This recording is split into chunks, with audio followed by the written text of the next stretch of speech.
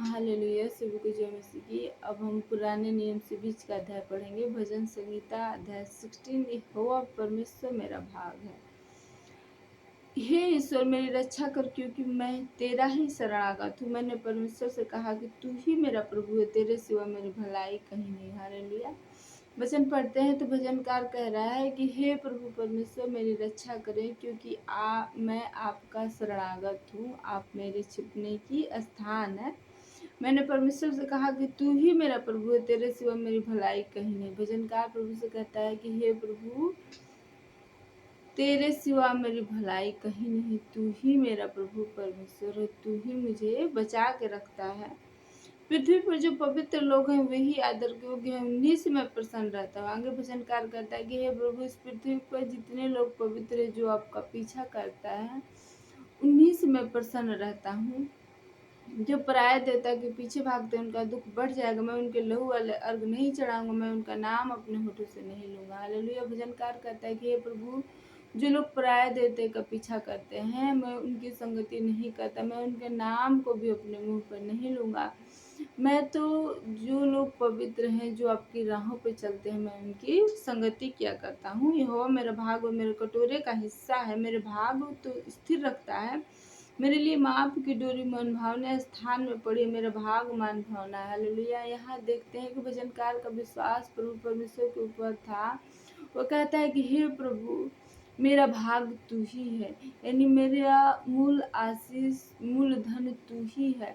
और तू मेरे भाग को, यानी संसारिक जीवन में जो मेरी जरूरतें हैं, उसे तू स्थिर रखता है, उसे तू मेरे जीवन में रिलीज करता है। और जो मेरे भाग को तू मेरे जीवन में भेजता है, वो मन भाव होता है, यानी उत्तम होता है।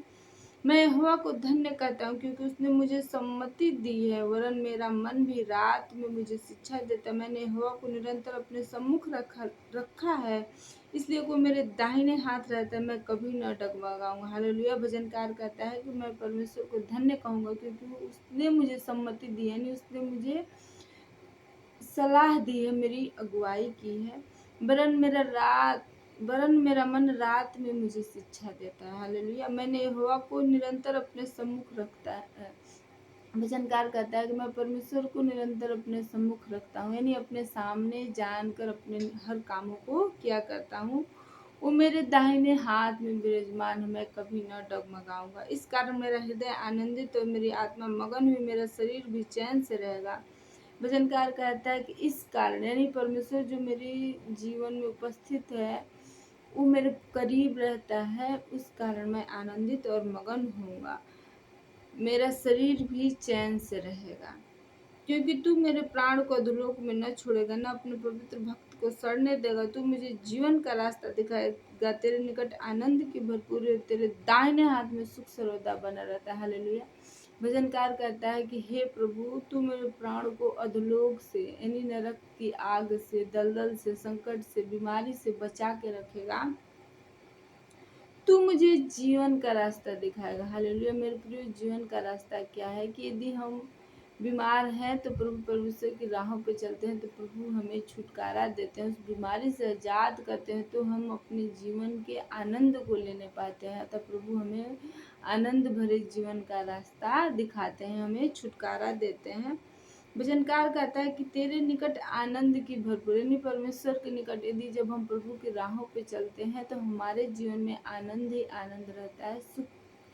सुख के लिए, दुख के लिए, निराशा के लिए कोई स्थान नहीं। लिखा है कि तेरे दाहिने हाथ में सुख सर्वदा बना रहता है, यानी प्रभु के दाहिने हाथ में सुख सर्वदा बना रहता है। हालेलुया। हम क्या देखते हैं कि भजनकार हमें समझा रहा है कि यदि प्रभु का हाथ हमारे जीवन में हो, तो सुख समृद्धि हमारे जीवन से दूर नहीं होती। आमीन।